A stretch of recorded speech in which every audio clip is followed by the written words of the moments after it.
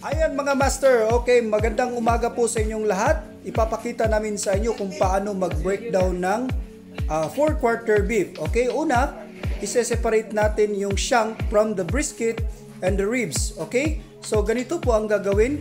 Dahan-dahan po nating tatanggalin yung shank. And of course mga master, kailangan na natin sundin yung layer upang maiwasan natin ang pagkasira ng karne. Okay, dahan-dahan lang po natin gawin yan. Once ma-remove natin yung shank, dito tayo mag-focus ngayon. Alright? So ngayon po, ipapakita ni Master Dexter kung paano po mag-debone ng 4 shank. Okay? So dito po tayo mag-focus ngayon.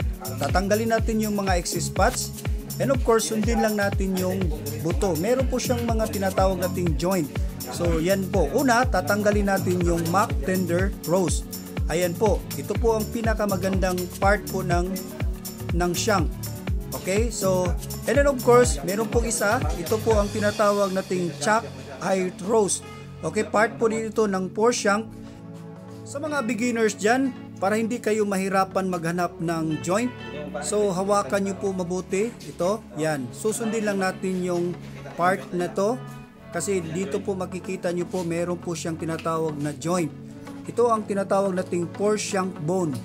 So, ang gagawin lang natin, susundin lang natin yan mga master. Okay? Ayan po, madali lang po talaga. As long as nakita nyo po yung bone.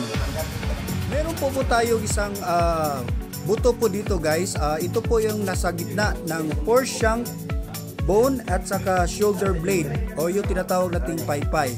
So, susundin lang natin again yung tinatawag nating joint. Okay, tatanggalin natin yan. So, ganun lang po mga master. Ayan po. So, i-follow lang natin yan. So, sa mga cutting po ng tinatawag nating palengke, dapat meron po yung tinatawag nating laman. Kasi binibenta pa natin yan sa palengke. Okay mga master, natanggal na natin yung gitnang buto. So, ang gagawin natin, ang susunod po ay ito po yung tinatawag nating shoulder blade or scapula. Sa Tagalog po ay paypay. So, ang gagawin lang natin mga master is 1 stroke lang po ang pag-slice. Ayan. So, nakikita nyo po, nilalaplap natin yung laman. Ito po yung standard na cutting po ng paypay. Sa iba naman, 0-0 talaga. Pero sa amin, kasi binibenta natin sa palengke, kailangan natin may laman. Okay, so, ayan po mga master, nakikita nyo po. Okay, susundin lang natin in 1 stroke lang po ang paggamit ng kutsilyo. Ayan. And then of course, sa likod po, meron po isang buto dito na nakatayo. So nakikita nyo po, medyo pahirapan po dito sa part ng paypay. Ayan. Babalik ta rin natin mga master. Okay, susundin lang natin. Mag-uumpisa po tayo sa tagiliran.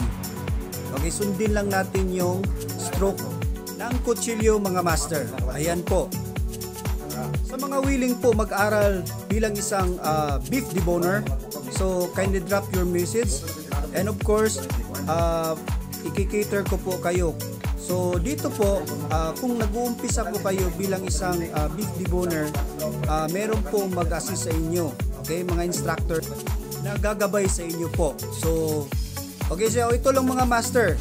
Kung interesado po kayo, ayan, mag-comment na po kayo. So, sa next video natin, marami po tayong matutunan. Okay, focus po tayo sa susunod nating video, ang hand quarter deboning.